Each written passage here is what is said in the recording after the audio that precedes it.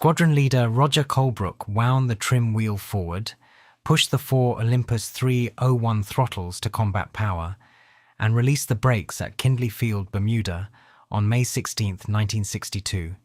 The Vulcan B.2 serial XH535 carried a stripped fit.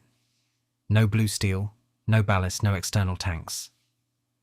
On the far side of the Atlantic, at RAF Waddington, the Bomber Command Development Unit had run the numbers 3 times. The Americans had proposed a friendly climb comparison at the Royal Aeronautical Society's request during exercise Sky Shield rehearsals, with a B-58A Hustler of the 43rd Bombardment Wing lifting from Carswell, AFB, Texas. USAF projections gave the Hustler the fight below 30,000 feet on afterburner alone. Nobody at Strategic Air Command had asked what happened when a clean Vulcan light-weighted itself against a Delta wing 85 feet across. Colebrook rotated at 130 knots. Within 4 minutes he was through 20,000 feet. The altimeter unwinding upward faster than the co-pilot could call the numbers. The Vulcan's stall-free delta let him hold the nose at angles the manual described as inadvisable. At 41,000 feet, he leveled, checked fuel, and turned for the second run. The B-58 crew, flying at the same time on target window from a Gulf Coast base, had followed a textbook profile. Reheat to Mach 0.9, unstick, climb schedule tied to indicated airspeed, transonic acceleration, then the classic Hustler zoom. On paper, unbeatable. On the trace second, the air attaché at the British Embassy in Washington, Air Vice Marshal Sidney Bufton's successor, Air Commodore Ivor Broom, received the American telemetry summary within a fortnight. It ran to 12 pages and included a request that the results not be circulated outside SAC and the Air Ministry. The Ministry of Defence's Directorate of Operational Requirements filed a copy in the Vulcan Mark II performance dossier, later transferred to the National Archives at Kew under Class AIR-20. The gist was brief: a subsonic bomber designed by A.V. Rowe at Chatterton in 1947 to a specification written before the Berlin airlift had outclimbed the world's first supersonic bomber to operational altitude on a warm May morning. The Americans could not explain it in a way that satisfied Curtis LeMay. Their engineers reached for wing loading. The Vulcan carried roughly 60 pounds per square foot in clean condition, the B-58 close to 85, and for the sheer thrust-to-weight ratio a light Olympus-powered airframe could generate when stripped of its warload. LeMay's staff at Offutt drafted a memorandum, declassified in 1997, which conceded that the Delta plan form pioneered by Roy Chadwick's team and refined after his death in the Tudor, II crash at Woodford in August 1947, had produced an airframe with margins the Convair engineers at Fort Worth had not matched. The word used in pencil on the covering minute was anomalous. It was not anomalous. The climb had been rehearsed. Waddington had been quietly practicing lightweight profiles since 1961, ever since Wing Commander Peter Kane's crews at 27 Squadron began experimenting with fuel loads calibrated for a specific escape maneuver. That maneuver was called RAM, and it existed because the men who commanded V-Force believed that, on the day the 4-minute warning sounded, subsonic bombers flying at 49,000 feet had roughly the same odds against a MiG-21 as a pheasant against a shotgun. RAM was the alternative. RAM was the reason a Vulcan on May 16, 1962, climbed faster than anything Convair had built. The route to that airfield in Bermuda began in a Whitehall committee room in February 1946. Sir Henry Tizard chaired the Defence Research Policy Committee, and the paper before him, DRP 4615, argued that Britain must build a strategic bomber capable of delivering an atomic weapon against the Soviet Union from bases in the United Kingdom by 1955. Attlee had authorized the atomic program in a cabinet subcommittee, GEN 163, on January 8, 1947, without informing the full cabinet. Bevan's line at that meeting, recorded by Sir Norman Brooke, was that Britain could not have the Foreign Secretary talked at or to by a Secretary of State in the United States in the way that Burns had spoken to him at the Council of Foreign Ministers. The bomb was policy. The aircraft to carry it was engineering. Specification B.35/46, issued from the Air Ministry on January 24, 1947. It demanded a bomber cruising at 500 knots true airspeed at 50,000 feet, with a range of 3,350 nautical miles, carrying a 10,000-pound warload. 3 firms submitted serious designs: Handley Page at Radlett, Vickers at Weybridge, and A.V. Rowe at Chadderton. Roy Chadwick, chief designer at Avro since the Manchester and the Lancaster, drew a pure delta. His team, including Stuart Davies and Gilbert Whitehead, had studied captured German research on tailless designs. The DFS 194, the work of Alexander Lippisch, and concluded that a large delta wing would give the required combination of internal volume, structural depth, and shock-free performance at high subsonic Mach numbers. Chadwick died on August 23, 1947, when the Avro Tudor 2 prototype G-AKBY crashed on takeoff from Woodford. The aileron controls had been cross-connected during overnight maintenance. Stuart Davies inherited the Delta project. The Ministry of Supply awarded Avro a contract for 2 prototypes in January 1948 under the designation Type 698. Handley Page received a contract for the crescent-winged HP.80, which would become the Victor. Both were insurance against the other's failure and against the Vickers Valiant, which was itself insurance against both. The Chief of the Air Staff, Marshal of the Royal Air Force Lord Tedder, had insisted on a 3-aircraft policy in a paper to the Air Council on November 19, 1947, arguing that no single design could be guaranteed to succeed in an entirely new regime of flight. The first Type 698 prototype, VX770, flew from Woodford on August 30, 1952, in the hands of Rowley Falk. It was powered by Rolls-Royce Avon engines, not the intended Olympus, and it was almost too small. The production Vulcan B.1 would grow to a wingspan of 99 feet, an all-up weight of 167,000 pounds, and an internal bomb bay long enough to carry the Blue Danube atomic weapon horizontally. Blue Danube weighed 10,000 pounds, measured 24 feet long, and yielded around 15 kilotons. A fission weapon based on the plutonium implosion physics worked out by Sir William Penny's team at Fort Halstead, and later Aldermaston. The Vulcan entered service with 83 Squadron at Waddington in July 1957. Within 18 months, the operational requirement had already been overtaken. Soviet SA-2 guideline missiles, first deployed in 1958, could reach the Vulcan's cruise altitude. The Air Ministry began asking Avro whether the aircraft could, in extremis, do something the specification had never demanded: fly very low, and, if intercepted at height, escape upwards faster than a fighter could follow. Air Marshal Sir Kenneth Cross took command of Bomber Command on May 20, 1959, having flown Hurricanes over France in 1940 and commanded 46 Squadron in Norway. His inheritance was a force of 48 Valiants, 24 Victors and 52 Vulcans, based at 8 airfields across eastern England. His problem was that the doctrine he had been handed, high-level penetration on the Great Circle route to Moscow via the Kola Peninsula, was becoming untenable. The Joint Intelligence Committee's paper JIC 5976, drafted under Sir Patrick Deane, assessed that Soviet air defences would achieve high-altitude interception capability across the western approaches to the Soviet Union by 1962. Cross had 3 years. His response, agreed with the Air Council in September 1959, and confirmed at the Chequers Cabinet Defence Conference of December that year, was a 3-part revision.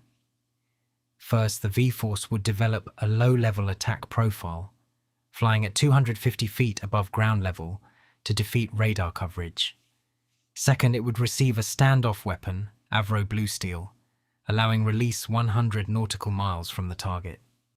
Third, and most quietly, it would practice emergency high-altitude escape techniques from targets at which low-level ingress proved impossible.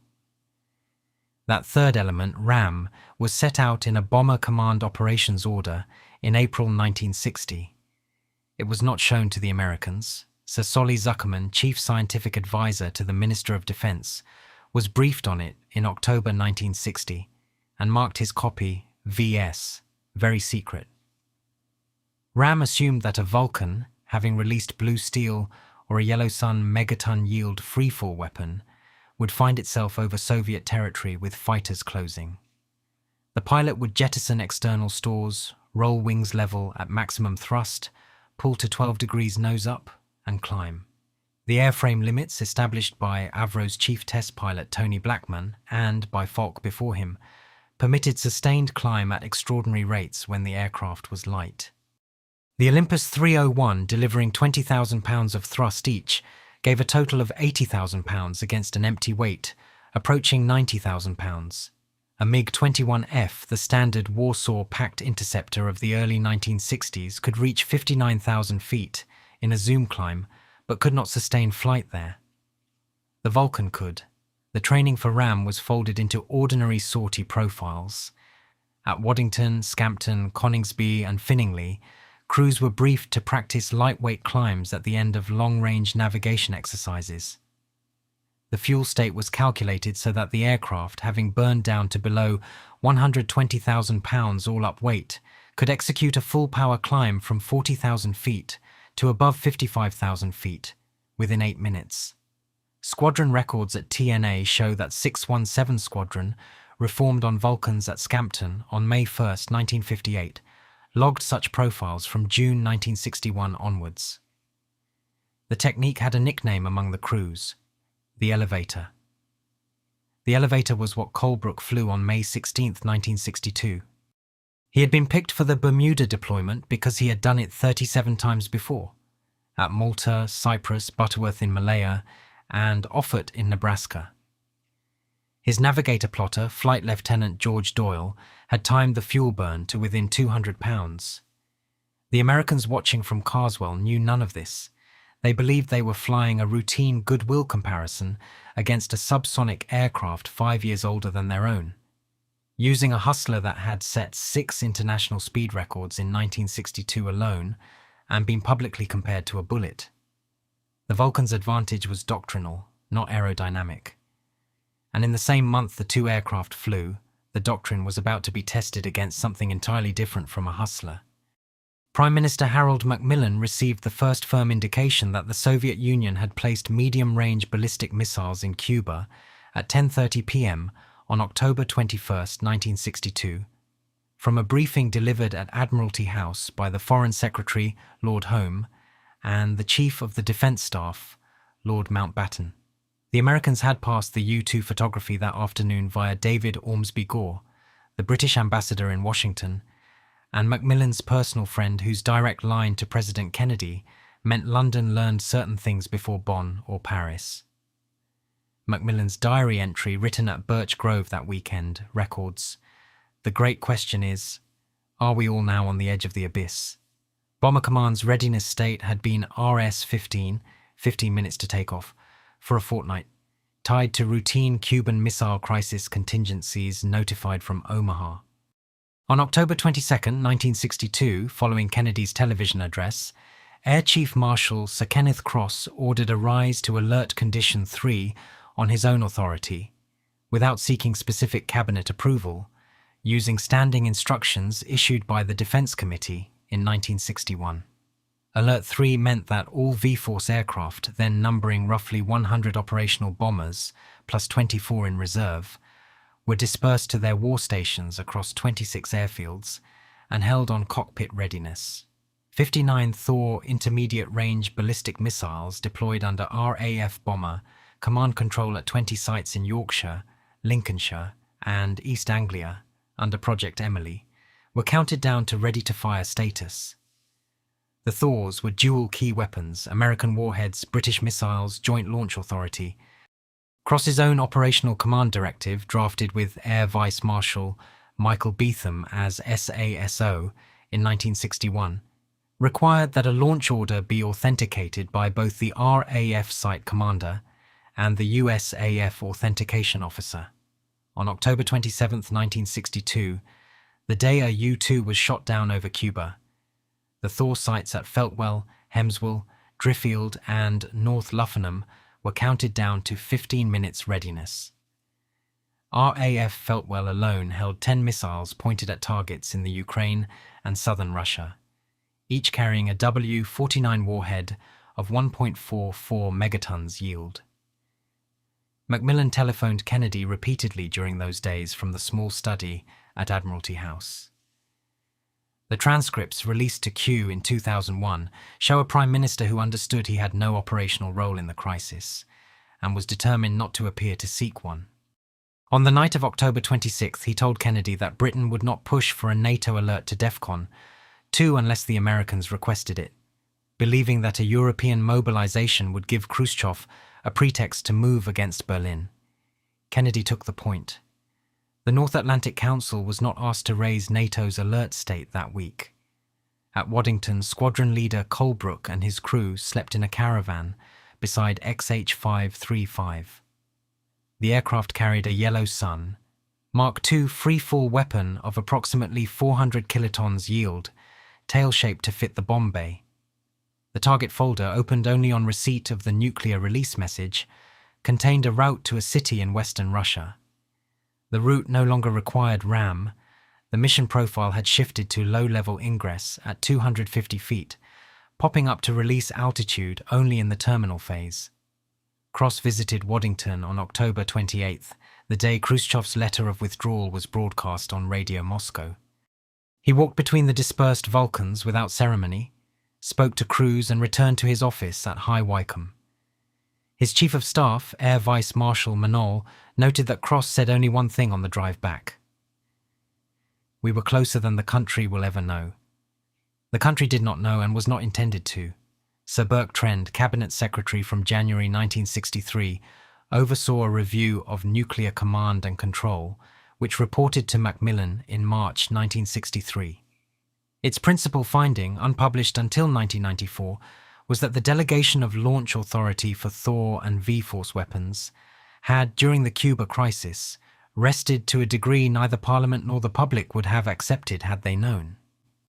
The Cabinet Defence Committee amended standing instructions accordingly, requiring that any transition beyond Alert Condition 3 by British forces be authorised by the Prime Minister personally, with a designated deputy, usually the Home Secretary, later the Foreign Secretary, nominated to act in the event of the Prime Minister's incapacitation. Meanwhile, the aircraft that had flown from Bermuda was becoming obsolete. Blue Streak, the intended British intermediate-range ballistic missile developed by de Havilland Propellers at Stevenage under the direction of Val Cleaver, had been cancelled by Macmillan's cabinet on April 13, 1960. The decision, taken on the advice of Sir Solly Zuckerman and the Chief of the Defence Staff, Marshal of the RAF, Sir William Dixon, was driven by the calculation that a liquid-fueled missile in fixed silos would not survive a Soviet first strike. Duncan Sandys, Minister of Aviation, had defended Blue Streak in cabinet but lost the argument. The alternative was the American Skybolt air-launched ballistic missile to be carried by modified Vulcans and Victors. Skybolt was cancelled by Robert McNamara on November 7, 1962, without prior consultation with the British. Macmillan learned of the American decision through the press. The Anglo-American nuclear relationship reached its lowest point since Attlee's exclusion from the Manhattan Project by the McMahon Act. Macmillan flew to Nassau on December 18, 1962, met Kennedy, and, after 2 days of intensive negotiation, conducted partly through Ormsby Gore, secured the Polaris Agreement of December 21st. Britain would receive Polaris A-3 submarine-launched ballistic missiles to be fitted to Royal Navy submarines carrying British warheads. The Nassau communiqué committed the British force to NATO except where supreme national interests required otherwise. That clause, drafted by Sir Philip de Zulueta of the Foreign Office overnight, preserved British sovereignty over the ultimate decision, The V-Force did not know this at the time. What crews knew from squadron intelligence briefings in early 1963 was that they were flying an aircraft whose replacement would not be another aircraft. The Blue Steel Mark II, a longer-range variant which would have restored high-altitude penetration, was cancelled on December 15, 1959, before Blue Steel Mark I had even entered service. The TSR-2 tactical strike aircraft, being developed by the British Aircraft Corporation to replace the Canberra, was cancelled by Dennis Healey on April 6, 1965. The F111K order that replaced it was cancelled in January 1968. The British strategic Deterrent contracted to Polaris and later Trident. The V-Force lost its strategic role on June 30, 1969, when Royal Navy Polaris took over from Bomber Command. Colebrook's Vulcan XH-535 was scrapped at Waddington in 1982. The performance data from the Bermuda climb was retained. It was consulted twice more during the Cold War, in 1972 and again in 1979, when RAF planners assessed whether Vulcans converted to low-level penetration could still perform a residual second strike role in the event of Polaris being neutralized.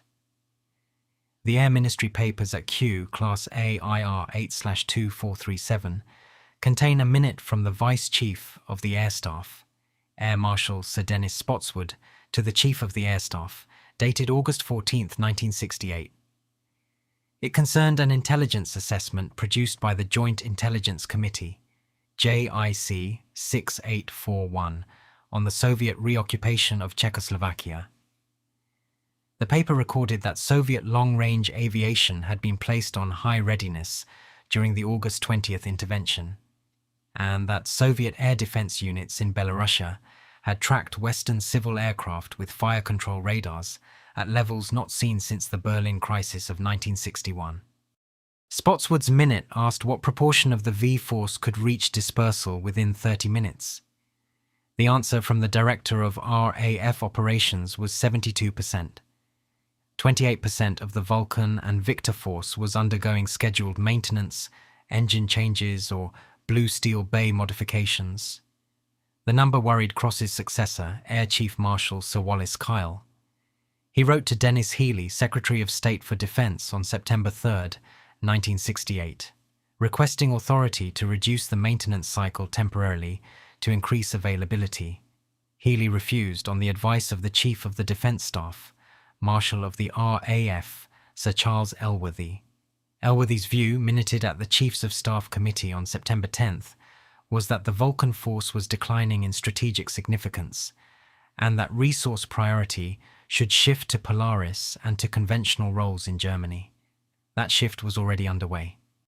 The Royal Air Force Germany, headquartered at Rheindahlen, operated a tactical strike force of Canberra BI.8S and, from 1969, Phantom FGR.2S, held on quick reaction alert at Bruggen, Wildenrath, Larbruck, and Gütersloh. These aircraft carried American nuclear weapons under dual-key arrangements identical in principle to the Thor arrangement of a decade earlier. British aircraft, American warheads, Joint Release Authority.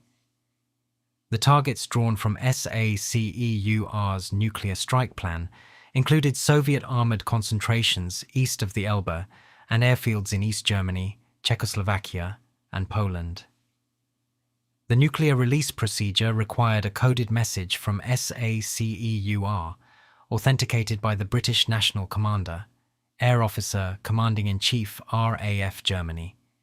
British Army of the Rhine's contribution to the same plan was Corporal, then Honest John, and from the 1970s Lance surface-to-surface missiles held by the Royal Artillery. 50 Missile Regiment at Menden operated Lance from 1976. The warheads, again American, ranged from 1 to 100 kilotons. In wartime, the British First Corps sector, running from Hanover southwards to Kassel, would have been the axis of the Soviet Third Shock Army's expected thrust. Chieftain tanks of the Royal Tank Regiment, the Queen's Royal Irish Hussars, and the 4th Royal Tank Regiment, based at Falling Bostel, Detmold, and Tidworth on rotation, would have fought a delaying battle for perhaps 72 hours before nuclear release was requested.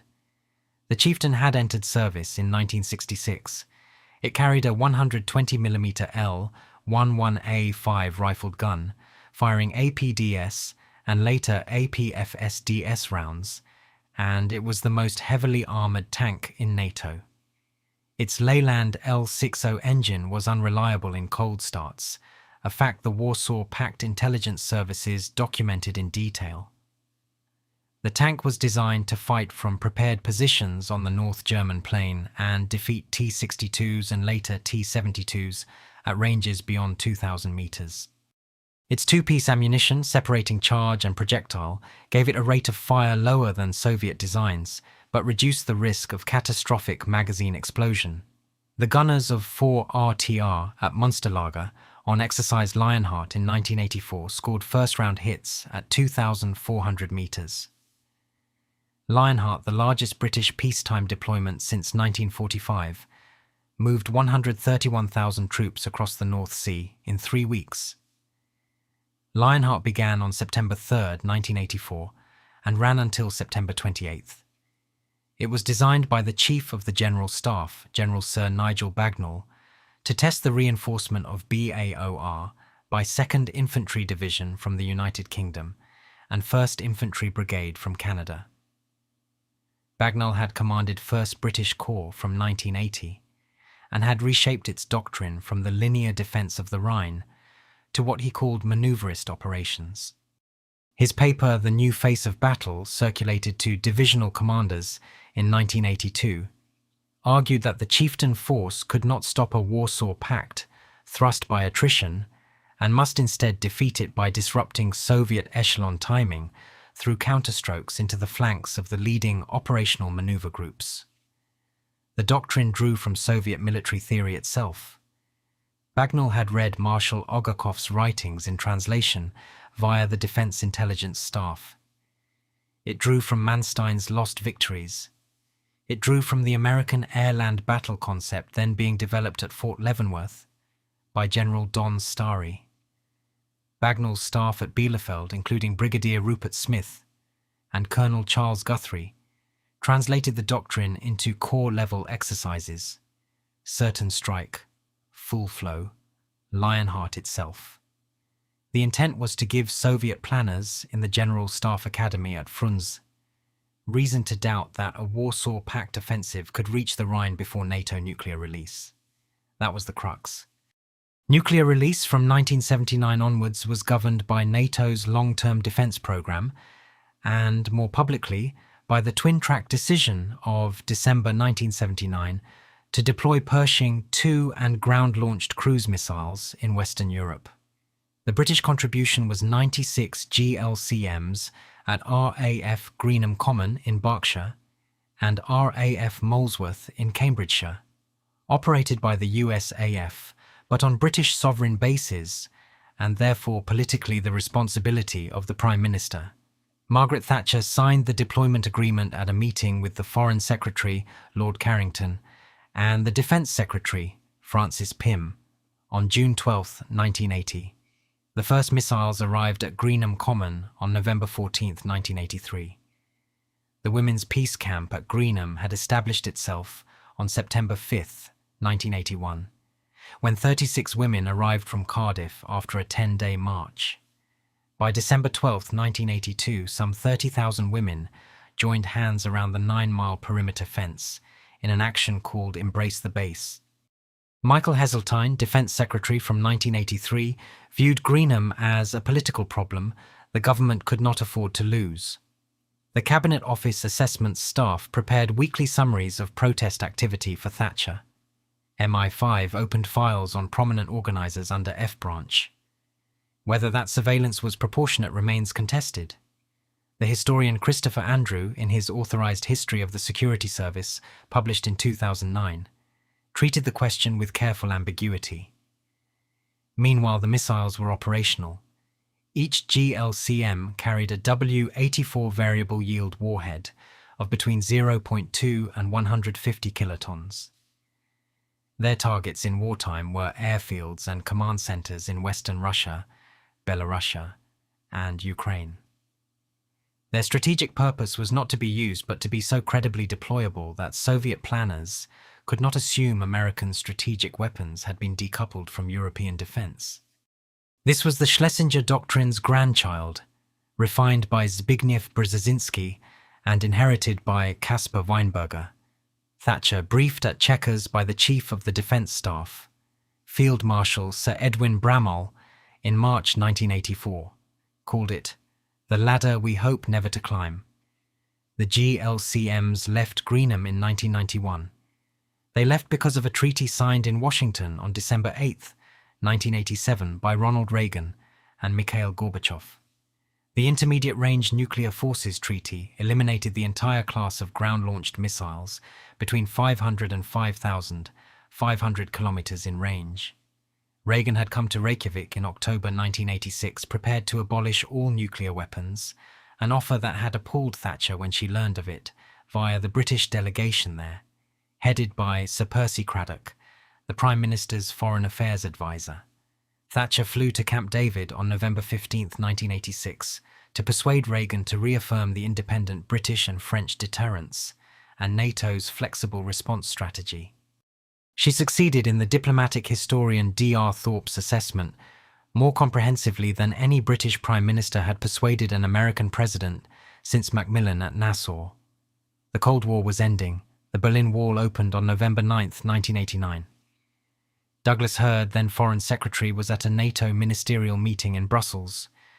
His diary records his surprise at how quickly the East German state disintegrated. Thatcher's private response to German reunification, expressed to French President Mitterrand and to Gorbachev, was more sceptical than her public statements. She feared a united Germany would dominate Europe. The Foreign Office, under Permanent Under-Secretary Sir Patrick Wright, argued the opposite, that a Germany anchored in NATO and the European community was the safest destination for Central European transformation. Thatcher was overruled by events. The Vulcan force had already gone. The last operational Vulcans of 44 and 50 squadrons disbanded on December 21, 1982, save for XH-558 retained by the Vulcan display flight until 1993. Air Vice Marshal Ronald Dick, who had flown Vulcans in the 1960s, wrote in his memoirs that the aircraft's real memorial was not the museum airframes at Duxford, Cosford or East Fortune, but the fact that the Soviet Union had, throughout the 1960s, spent an estimated 11% of its total defense budget on air defense, a figure calculated by the CYA and shared with GCHQ under UK-USA, and confirmed after 1991 from Soviet archival releases obtained by the historian Vladislav Zubok. The Bermuda climb of May 16, 1962 was declassified in stages. Colebrook died in 1997. Tony Blackman, Avro's test pilot, wrote the technical assessment that appears in his book Vulcan Test Pilot, published in 2007. The Aeroplane Monthly for August 1985 carried a two-page article by John W.R. Taylor which described the lightweight climb without naming the pilot or the airfield. The full performance data has been available at Q since 2003 in AIR 20/12146. What the Americans had watched without understanding it was a demonstration of a doctrine developed in secret by an air force, which knew its aircraft would be inadequate for the mission they had been designed to perform. That air force had responded not by lobbying for new aircraft it would not receive, but by teaching its crews to fly the aircraft they had in ways the designers had not envisaged, and the enemy would not expect.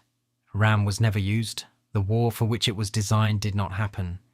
The Vulcans that had flown RAM profiles from Malta to Nebraska ended their operational lives in April and May 1982, flying Black Buck missions to Port Stanley from Ascension Island. The B-58 Hustler was retired from USAF service on January 31st, 1970. It flew for 12 years. The Vulcan flew for 28.